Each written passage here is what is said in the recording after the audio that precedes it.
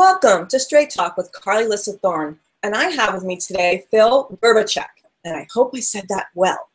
Anyways, I'm really excited to have a conversation with me because social media to me is all about linking locally and connecting globally. And Phil has had a wonderful life in social media, and he's going to talk with us about that. He's going to share some wonderful tidbits, resources, and tools, and we're also going to be asking about a new book that's going to be coming out soon. So welcome, Phil. Thank you, Carly. It's great to be here. Thanks for having me. Okay, you have to tell me, did I say your name correctly? Close enough. It's Gerbyshak. The key is you just don't think about it. You just say it. I'm like, okay, someone needs to hear you say it. Yeah. So we have obviously lots of fun mutual friends that are in marketing and social media and this wonderful world. I'd love to ask you, in your experience, because you've been in the industry for a long time, what have you seen from way back and where do you think we're going now? What are the changes that you've seen? Sure. Well, it used to be that you could ask a question and people would answer it. And you could just throw it out there anywhere. Or you could post a link and people would organically find it because they'd be looking for it. I started out back when there were very few bloggers. There was very few blogs. Many businesses didn't have one. It was a lot of individuals who put things together. And sometimes, you know, there was a lot of volume. Sometimes I would write 3 or 4 articles in a day and I would never promote them. And still they would get views. And you know, now it's so much different. It's shifted to really being about relationships. Relationships that I built yesterday, relationships that I'm building today, and relationships that I want to build in the future. So it's really changed and really amplified kind of the offline world that's always been relationship driven. But now social media is so focused on that because if you don't know anybody, your blog could be amazing, but you might never get any air.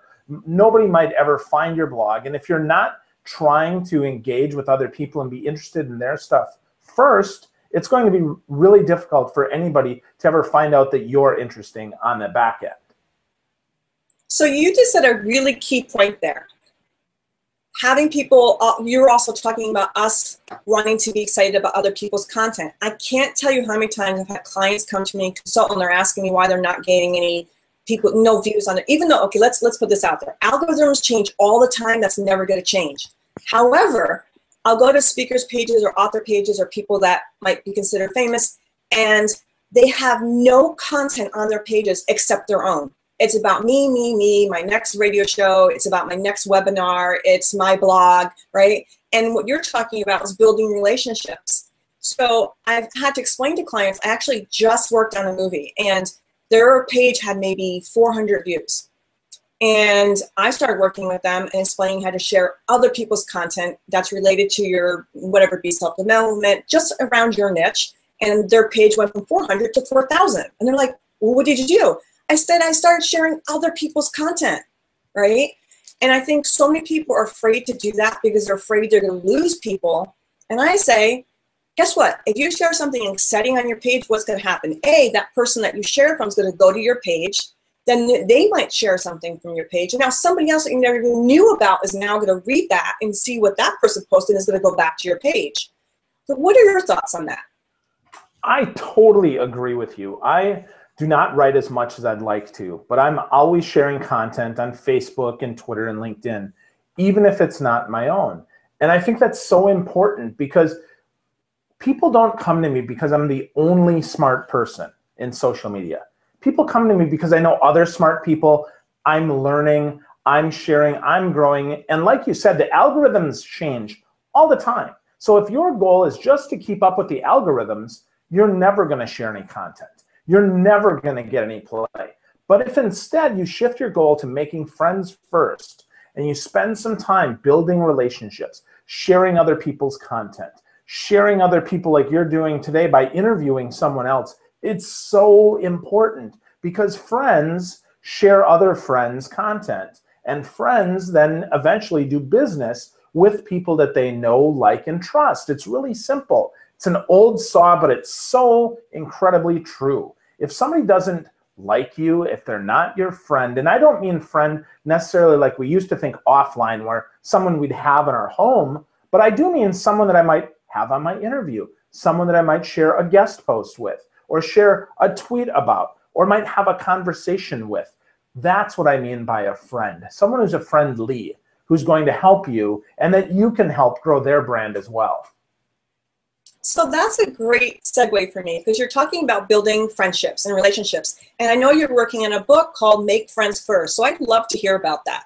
Sure. So the book is loosely titled Make Friends First, Do Business Last, because I think it's so important that we really find out things about people, that we listen, that we know who our tribe is, that we know who loves us and who we love, that we know as much about them as we can, that we add value instead of volume to their life, and that we remember that ultimately at the end of the day, all business is personal. And we so often forget that because we're like, oh, I have to do this press release, or I have to do this blog post. And we forget that if we don't read it through the eyes of our audience, that while it may be very well-intentioned, it may fall completely flat. And then the doing business part is all about, now that I know you, what do you need? How can I serve you? How can I ask you what exactly you need? How can I take the language that you're using and put that on my page, that when you're there, you feel, because you know that I care about you. Now, this can't be faked. My first rule of making friends first is, if you suck, social media will help you suck faster. So if you're a jerk offline, social media is going to point that out even faster. People are going to call you out on that. Now, you used to be able to fake it, but now with Meerkat and Periscope and Google Hangouts and Skype, we see more of people than ever before. So now, if you're a jerk, that's going to come out. People are going to notice that. So if you suck, if you're a jerk, social media is going to help you suck faster. And we have to remember that, because it's so important, because that'll short circuit the friendship every time. So I just did an interview with the producer and writer of this movie that I'm working on. And like I said, we did a Google specifically social media for authors and speakers. And one of the first things I always, when I'm consulting with speakers or authors, is like you said, people will do business with you if they trust you, right? And therefore, then they're going to refer you. Is that likability, the trust factor is so key. So here's the thing. If someone is, like you said, you have to be the same person on stage, off stage, on screen, off screen. And I keep on telling people, whether they like it or not, companies are looking at not just your business page, they're looking at your personal page. Why? Because if they go to your personal page and they see you with, drunk and, cans of beer, or you got some like hot naked, I don't care if it's a hot naked guy or a hot naked girl, like really skimpy clothing. Employees or people that we work with or we're JVing with, they are a part of our brand at this point. If they're working with us in any shape or form, they now become an ambassador, if you will, or someone that is actually part of your brand. Do you want someone that's going to be part of your brand, and then, like you said, off stage, whatever, or on their personal Facebook page, they're putting up noxious things, they're having rants on their pages, they're having political debates, they're putting really negative connotations. So like you said, the old phrase of more money is not going to make you, it's going to actually make you just the way you were before. More money, like you said, if you were a jerk before, more money is going to make you more of a jerk. If you were a wonderful person that gave before, you're going to wind up giving more when you have money. And social media goes viral really quick. Example, tweets. We sometimes retweet other people's content. Do we bother to check to see where that link goes? You cannot delete a retweet. You may be able to delete a tweet that you've put out there, but guess what? Someone else might have already shared it or cut and pasted it, and the same thing on our walls. We may then feel bad about that rant. I can't tell you how many times I've then gotten an inbox saying, did you see this rant? And someone's already cut it and pasted it, and now it's already gone viral anyway. Just because you took it off your wall does not mean it's gone. Yeah. What are your thoughts? Yeah, I totally agree. People don't think about the implications long term, right? If you think about it, social media in many ways is like getting a tattoo. You might be able to scrub it off, you might be able to fade it out, you might be able to cover it up, but people are going to say, hey, what's that? I saw that, right? So that's really important. And it's okay that you choose that, but just know you're also choosing the consequences. So I was at the National Speakers Association in Ohio this weekend. And I spoke with someone, and he let me know that he's worried that he's turning people off because of his conservative nature. because he sometimes gets political. And I said, here's the thing. You can get political, but you can't attack the other side. I don't care that you're conservative or liberal. It doesn't matter as long as you're respectful about it. If you're doing it just to lather people up and to be controversial, unless that's what you're getting paid to do, you're going to turn people off. So you need to think about that. That's less than 2% of people are actually getting paid for a political opinion, right? So politics, religion, things like that, you have to be really, really smart about that. I'm not saying careful. You have to be smart. You have to understand what are those repercussions. And if you're going to alienate your 150 true fans, you have to think about, why am I doing this? Am I doing this because I want attention? Am I doing this because I'm wanting a return on my ego, right? I might get 100,000 likes on something that, is really controversial, but is that really driving business, or is that just returning on my ego? So you need to think about that. That's where being smart, being savvy, and looking at that again through your audience's eyes is so important. And if you view your audience as your friends, as someone that you would invite into your home, you're going to behave a lot differently than if you just think, oh, social media is just this anonymous blob that I can post anything and nobody cares, because that's not true. So a couple things on this. So I always tell people the three things I completely steer away from on my pages are religion, politics, anything that's overtly sexual, and here's another one most people do not think of, jokes. Because what might be funny to me may be completely offensive to somebody else. And since I'm saying link locally, connect globally, someone's in a different country is going to see that joke and think it's just plain nasty or hurtful. So to me, why go there? And now in our personal lives, or for example, if politics is our platform, then you have a separate page that may be just for that. But even if you have that separate page that's about religion or politics, you don't have rants and heated debates on it, right? You want to keep it geared to positivity. However, on my personal page and on my business page, my choice, because I choose to keep my pages public, and I'll get into that in a minute, why it's so important to do that, because I don't want to get someone riled and have a debate on my page, where if I have a joke and they're going, that's just mean, that's just rude, or I can't believe you're, pro-whatever, pro-abortion or anti, all those things. It's not worth it. It's just not. If you're having a party at your house, that's at your house. It's your personal home, and these are your friends you're having personal discussions with. So I think, being really transparent, really being authentic. Now, here's where we get a little, dicey. They're saying, well, if you're at home discussing that, then you're not being authentic on your pages. Well, yes, we have the choice of the freedom of speech. We also have the choice to choose what we put on our pages and to have some privacy in our lives. Doesn't mean that we're not still being authentic and transparent on our pages. We're just choosing not to get in heated arguments. And hopefully at home you're not getting into heated arguments, but we have friends and they may have a different opinion than us. So I have one thing I really, really want to get your opinion on. So as I was saying, I keep my pages public.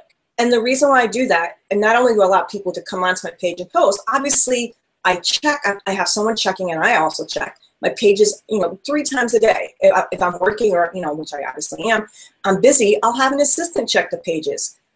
People don't know how many settings there are. There's settings for profanity. So I set the profanity setting to high. So no one's going to be putting curse words on my wall. But here's what I found.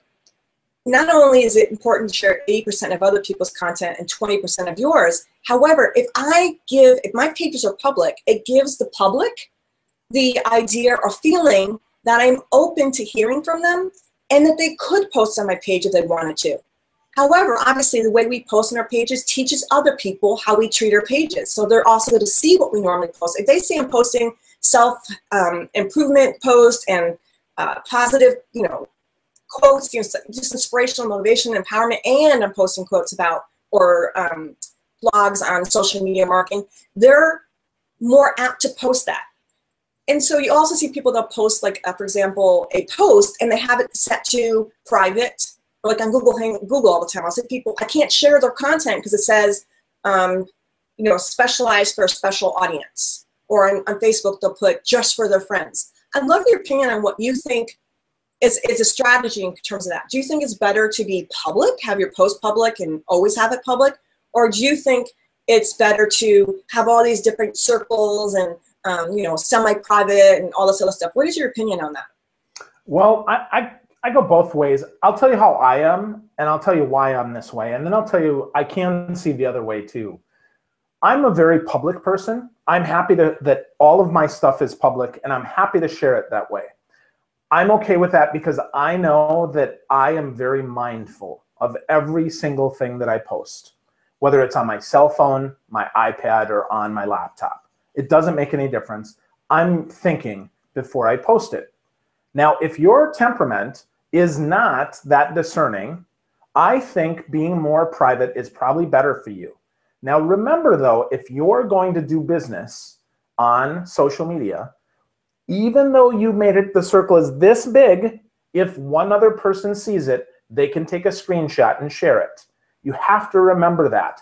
Just because they can't share the exact post, I have plenty of my friends who will take private Facebook messages, take a screenshot and post and say, after they unfriend and block this person, I can't believe what an idiot this person is, leaving their name and their picture intact.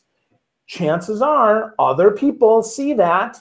And again, my friends might think they're being private. They're not. So what I'm telling you is feel free to make any private things you want, but just know it's not really private anyway. It's just an illusion.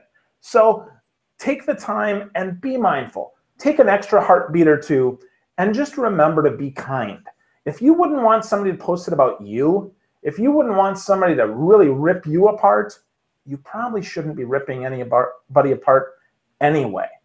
So just think, right? So either way, you pick, but doing business, you're public anyway. So just get over yourself.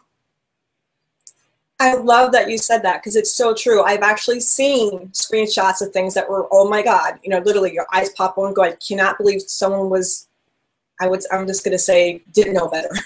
I'm not going to say anything else. The other reason why I say about posting public, specifically on like Facebook or Google, is because if you want people to share your content, you want to have that cross-marketing, if you will.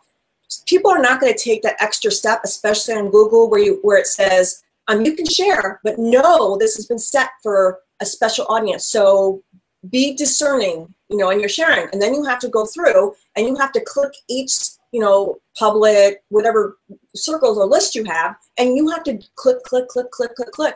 Most people are not going to take that extra step. So that's the other reason why. And also another big key one is remember settings change.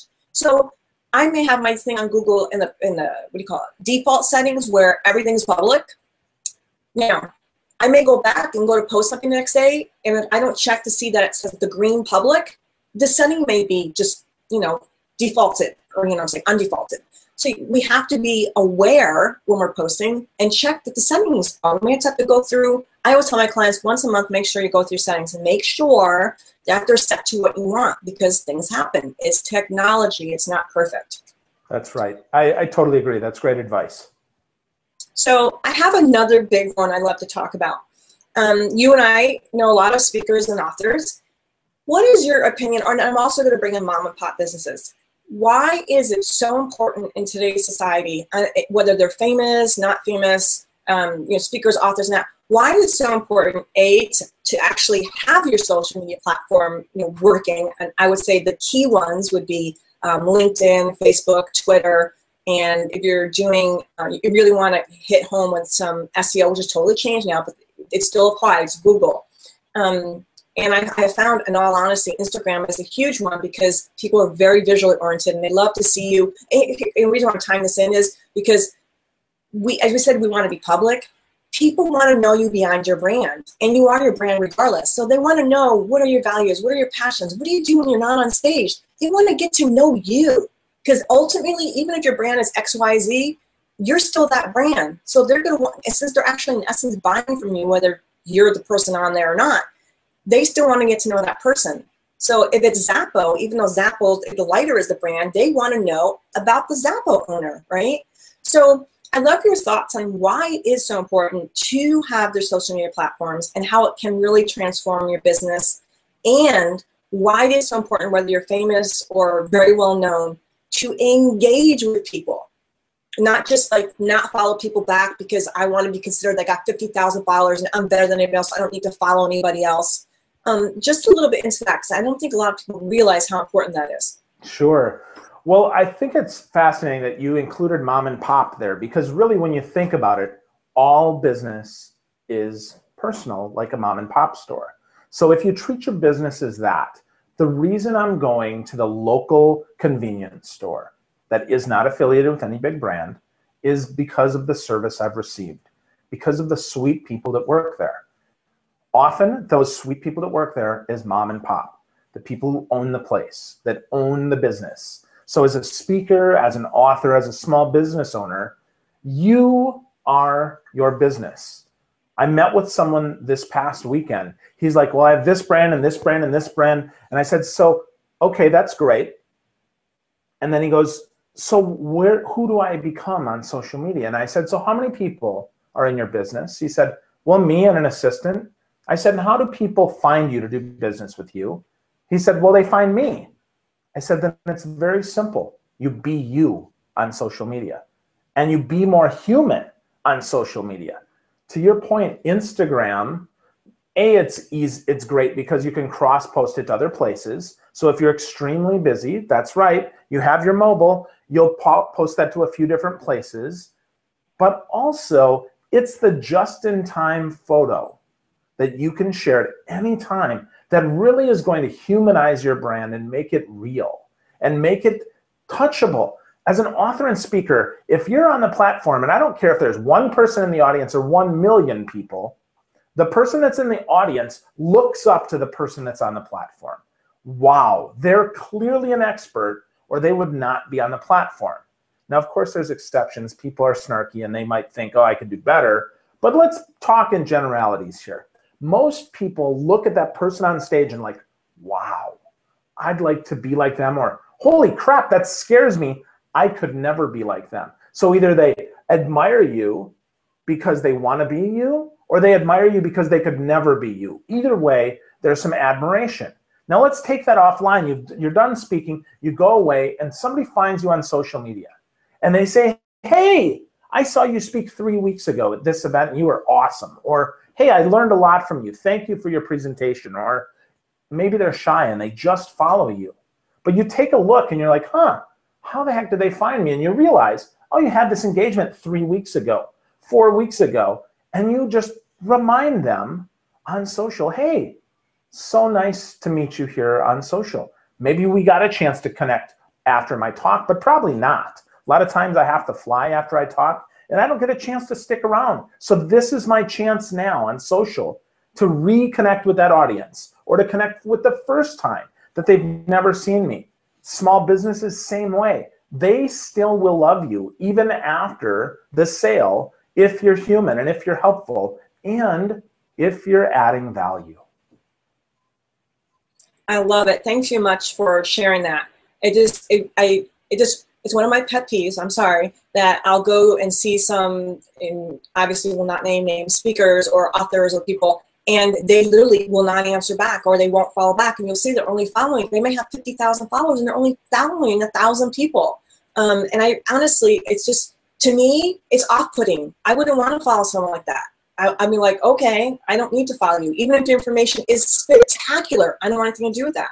I want to be with people that don't think they're superior. They're not looking down at people, because the bottom line is, I don't care how smart you are, there's always someone smarter. And Absolutely. The way I look at it, I never, even though people call me expert all the time, I never use that word. And here's the reason why. Because I always know, with technology evolving, with society evolving, there's always going to be something else I need to learn. There's always someone else out there that's a notch above me, and that's okay. Doesn't mean I'm not good at what I do. Doesn't mean I don't know my stuff. It just means there's more, right? There's always going to be more. So for me, there isn't anyone that's less than me or above me in some ways. It's more like we're constantly, I learn from my clients all the time, and I'm stoked by that, because like, oh great, now I can put something else into my teachings, right? I can now share this episode or this little nugget with a client or whatever. And I always tell people, there's always someone at this very moment who needed to hear exactly what you have to say. because everyone's growing at different levels. So someone may think our message right now is nothing for them because they're like, I know everything about social media. And somebody else might be just learning about social media, or someone might be in the middle, right? There's always something to learn from anybody. Yeah. What are your thoughts? Yeah, I totally agree. The one thing that I will say, though, is I don't believe in an automatic follow back. I believe in being mindful and purposeful. And I'm not saying you are, but I want to bring that up because some people hear what you just said and what we talked about, and they think, oh, so there should be a 1-to-1 ratio and I should always follow everybody who follows me. That's not true. Everybody does have something to give, but be deliberate, be intentional, take a look and see what do they have to learn. Now, some people are only on social to listen. You don't have to follow those people back, okay? But people that want to share, they want to be heard. Remember that. Everybody wants to be appreciated, to be loved, and to be recognized. So many times we feel invisible. We feel like nobody sees us. Social media gives us that opportunity. And with that big of a platform, I mean, 350 million on Twitter, 1.2 billion on Facebook, huge stuff. People go invisible all the time. So take the time, again, be a friend, be nice to them, share their stuff, because chances are maybe nobody else is. So if it's good, share it, make that friend, because we can learn and ask questions. It's benefiting you as well as them. So thank you so much for bringing that up, because I'm absolutely in agreement with you. You don't just follow blindly. And I'm going to add to that. So a lot of people will just click, click, click, click, click, click, click. I actually have a team that I've trained, right? And even me, if I'm on there myself, I take the time, or have my team to take the time, that if someone has followed me, to go check their Twitter feed. Because first of all, we have a lot of bots, we have a lot of porn, we have a lot of spam, right? So if you're just following blindly, you do not know what you're doing, right? So I actually take that extra step and I vet. So basically, I'm gonna go look at that person's page, make sure they have an actual picture on their Twitter profile, and that their Twitter stream isn't spam or isn't just selling something. And they have something on their Twitter feed that is of value, right? So that I'm not getting nasty stuff that just shows up. So, and I don't care what platform it is. I get so many friend requests. Even if it says they have 100 friends that are mutual, I don't just automatically accept. I go check their page out. So what if they have 100 friends that are in common? Because I know so many people that don't do that. They just click, add, follow, follow, follow. And I won't do that. I've instructed my teams, like, no. And I actually have a list for them. These are my criteria. If there's if there's anything that's like overtly, sexual or whatever, I have my what do you call it? Integrity values, if you want, that I follow, because I want the people that come to my pages know what they're going to find on there, right? And also gives me chances to retweet other people's content. And I know on my stream is going to be things of value for me to retweet. So I agree with you completely about not just following blindly. And it's just so important to check what we do. So another thing that you said that is so key for me is you said, people want to feel, everybody wants to, be appreciated and be thanked. And we don't do that enough.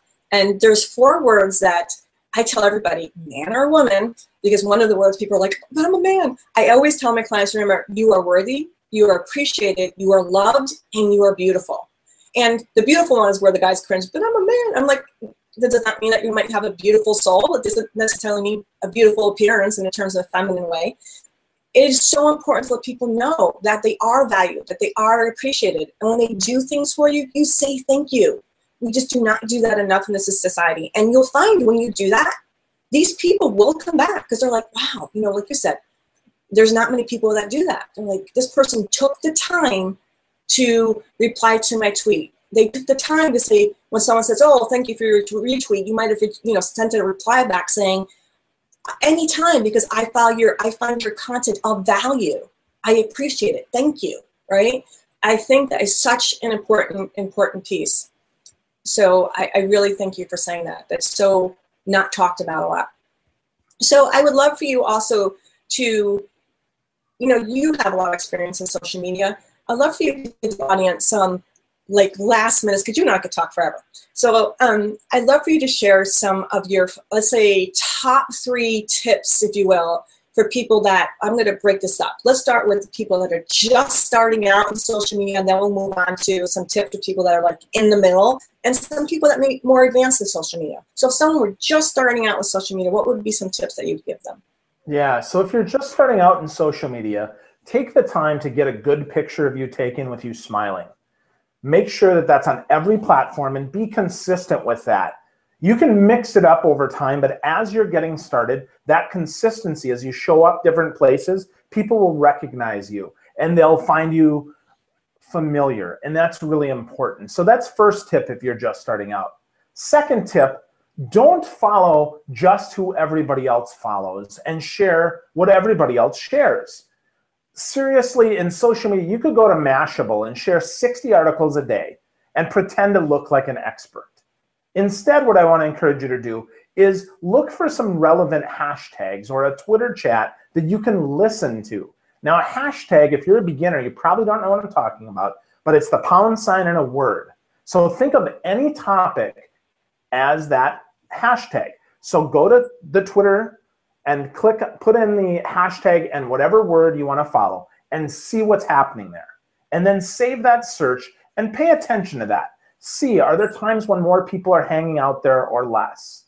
On LinkedIn, the biggest thing that you can do is complete your profile, because that will make people want to connect to you, because they'll see, oh, look, they have 3 other jobs. They have a picture. Maybe they uploaded a PDF or a PowerPoint that they did. Maybe it's some video, right? Chances are, unless you're sub 20, you probably have some sort of professional work experience and some history. And even some sub 20-year-olds have a lot of this stuff.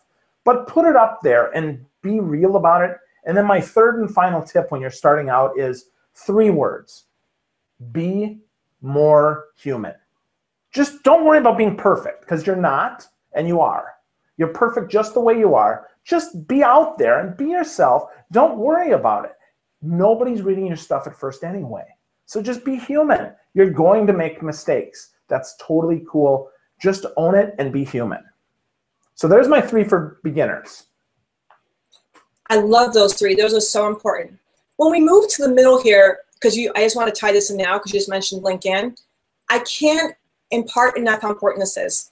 Once you start getting a little more advanced in social media, so now we're in the middle, we're talking about people that are in it, and now they're like, want to get a little better. Make sure you take, especially on LinkedIn, create your name. In other words, don't just use the LinkedIn profile address, which has like all these characters. We need to start taking our platforms and, like you said, making them all. Think about this. You want to have like the same picture. That's branding, right? So now you're in the middle here in social media. Now you're starting to brand across. So you really want to attempt to grab the URLs. And if you go to LinkedIn, you can type in the FAQs, how do I create my own personal LinkedIn name or whatever, right? So I think that definitely belongs in the middle. And I just wanted to say that now because you just mentioned LinkedIn. And that doesn't just apply for LinkedIn. Now on Google, it's a little trickier because you used to be able to do a G+ to get however, that's not really, how should I say this, reliable. So if you do the G+ version where you can go to, I forget what it was, I think it was G+.com. Yeah, it doesn't work. I mean, I've used it and it just sometimes works, sometimes it doesn't. Google is now making you, after you've been on your page for a while, then they'll say to you, hey, you can now take your name or whatever it is. So, for that one, you have to be a little more aware. Facebook, think about what you're going to put up there. If you want to tie in your business name, make sure your name's in there. And that's the other thing I think is so critical to point out now that we're in the middle of social media here. Okay, are people going to remember your business name or you? Time and time again, I can't tell you how many people will tell me, once people know you and get to know you as, like you said, a human being, they're going to remember your face and your name a hell of a lot more than your business name. So if you have this really deep desire to have your business name on the link, make sure your name is in there as well, because you're going to be found so much easier. Now I'm going to tie it back to you and let you give some tips on the middle here. Yeah, so thank you. So I talked about consistency in the first half. You kind of covered it in the second half. So let's talk about names, right? Carly Alyssa Thorne, everywhere. Really important. People are looking for you. If they were looking for C. Alyssa Thorne, they're not going to find you unless you make that, you make that change, but be consistent. My given name is Philip with 1 L Gerbyshak, okay? Nobody except for my mom calls me Philip. Nobody's looking for that, okay? I'm Phil Gerbyshak everywhere, and I've shortened my URL everywhere to Phil Gerb, Philgerb. Now that goes way back because it used to be in the olden days, you could only have an 8-character username, okay? So it makes it easy, and people can't spell Gerbyshak anyway. So that's helpful. That consistency matters. In the middle, those URLs in your name, 2 really big, important, consistent factors. And then the second thing that I would tell you if you're in the middle is remember that for every article you write, you need to share it 10 times or more. You need to promote it 10 times more than you wrote it. So always think about that. And I don't just mean going to Hootsuite and loading it up 10 times with the title and the URL. I mean, mix it up. What's of interest? What is a tweetable piece of that? And remember, you only get 140 characters. So you need to be brief. You need to get to the point. So those are kind of my middle tips. And then, of course, we talked about this before, but find other people to share. As you're trying to reach the next level, you only get to the next level by standing on the shoulders of giants. You don't get there by simply sharing your own stuff, unless you're already Bill Clinton and famous. So you need to share other people's content and know that if you mention their handle, at least they're going to get a little blip that says that they did. And maybe, just maybe, if they follow what Carly and I are teaching, maybe they'll be appreciative and you can have a conversation with them. So one thing I want to add to the names, because you just made me think of this, like why did I not shorten mine? I encourage everybody to Google your name, because the reason why I had to, because I used to actually be in movies and TV shows, and what happened was the Internet Movie Database put me as, I think it was either Carly A. Thorne or Carly Thorne. Now, I was really smart and made sure there's a ton, so if someone Googles Carly A. Thorne or C. Thorne, I will come up. However, other people come up as well. And that's why I started branding with Carly Alyssa Thorne, because there is no Carly Alyssa Thorne. There is another actress where her name is Carly Thorne. There's actually 2. So I encourage everybody to Google themselves. In other words, Google their name. So 2 things I want you to do. 1, Google your name before you decide to make any URLs, to see if there's anybody out there that might be famous, or when they put that in, all that's going to come up is somebody else's stuff. Because when people do the search, you want yourself to come up on at least the first three pages. The first 3 pages is beyond awesome. And at least the first page, you want only your stuff coming up. And the only way to do that is to have a URL on your name that is not tied to other people's. So like he said, he shortened his because no one can spell his last name, which makes a lot of sense. I went with Carly Alyssa Thorne. Yes, it's longer. However, if someone types in C.A. Thorne, a lot of my stuff's going to come up, and everyone knows me as Carly Alyssa Thorne, then I come up in like the first 4 pages, actually more than that, right? Because I've been really, I did my homework. Now, the other thing I do want you to do, because we're talking about this, is I do want you to Google yourself at least once a month. You need to Google yourself, and I don't just do it on Google, I do it on Bing, I do it on Yahoo, and find out what is coming up. Are you doing enough, SEO? Okay, so this one's a big one for now we're talking about middle to advanced. The way you get found really easily, because obviously in the searches, there's what? There's news, and that's just like written text content. Then you have videos, and then you have photos. Here's the thing. When you're loading photos of yourself or on your blog, people usually just upload them and they have a zillion numbers. So it'll have, slide, I'm looking at one right now, slide-224372, right? Now, I upload it like that, I'm not going to come up. If every time you load an image to your post or it's an image of yourself, you are going to label it. So you're going to have your name and then whatever that's about. So, for example, if I was loading up his book that he's going to be writing, Make Friends First, and Phil sends me the book cover, what do? I put his name, Phil, right, and his last name, which I'm not going to say now because I know I won't say it properly, and then dash Make Friends First. So now what's going to happen if someone Googles, right, they're actually, his picture is now going to come up on the images for Google with his name because it's tied to my blog posts. And then when I'm doing my keywords and tags, of course, I put his name. You've got to make sure you're using your keywords and your tags and that your name is everywhere. That is how I'm on the first 5 pages, is because I literally take the time, it's an extra 30 seconds, to relabel the photos. So it has your name, and what the blog post is about. If it's somebody else I'm interviewing, when I do his graphic that we're doing for the show, it's going to have my name and his name. So now when he goes to Google, there's going to be the image that I created for this hangout. And it's going to have his name in it, it's have his picture, and it's going to have my picture and what his content is, and like, you know, where you find him, and it has where you can find me. The labeling is so important, and that's how you actually get more recognized and seen in Google. What is your experience with that? Totally agree. I recommend that every time. You save an image, that's the file name. You also add the alt so that people that are vision impaired and the search engines, which only read text, they don't see images. If they see my picture, they don't know that it's Phil Gerbyshak. They might know that it looks like Phil Gerbyshak because now we have image recognition in some of the search engines, but we don't know the name. So I really recommend that. Absolutely 100% true. Always try to do that, because then, you know, sometimes people see your image. It's great that you do it with your name, but also do it related to your topic, because sometimes you want to come up for that topic. People see that great image and they're like, oh, I want to view the source. They read the article that you wrote, or they see the video that you did, and they're even more impressed. And you turn then someone who saw a pretty picture that you did, again, this is social's visual, and turns that into a conversion, maybe someone who signs up for your newsletter and eventually does business with you. Okay, so since this is a podcast, not just a video, and I just realized I should have told you in your lower third to put your URL, and you didn't, because I saw you put up the lower third, and I didn't read the bottom line because we started talking. I would love for you to tell people, where can they find you? And don't just say it, please spell it out. So in other words, whatever it is, .com, say it first, obviously, and that way people that are listening, that are going to choose just to listen, can know where to find you. And obviously, when I create the blog post, as all my people know, is I always create a great blog post that has the embedded video, it has the embedded podcast, it has the blog post and everyone's information, so they can find you any which way they choose. But I'd love for you to share that. Absolutely. So the easiest way to find me is actually on my personal website. It's myname.com. So it's philgerbyshak.com. That's PhilGerbyshak.com.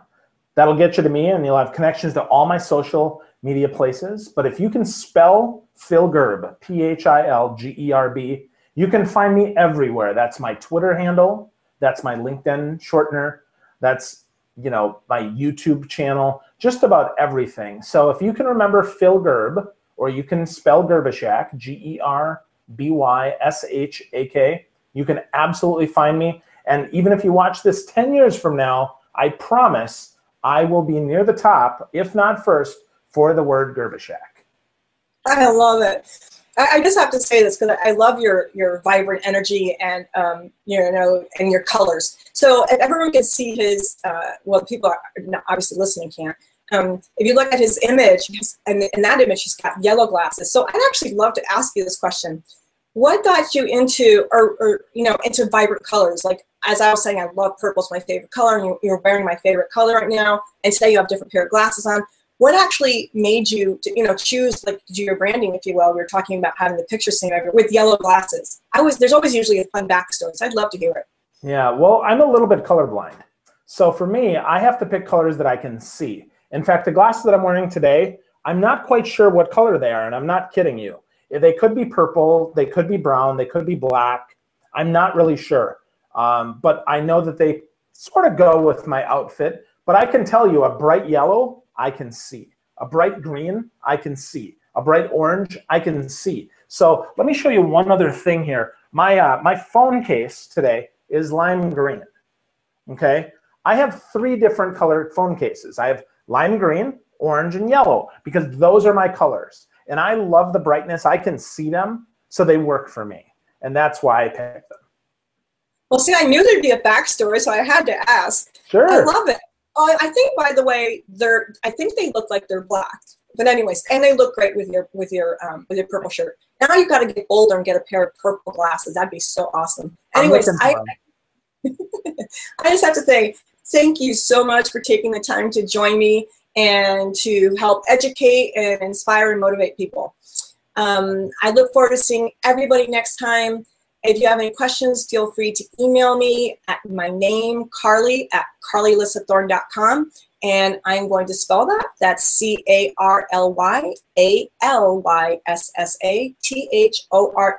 I love bringing you valuable, informative content.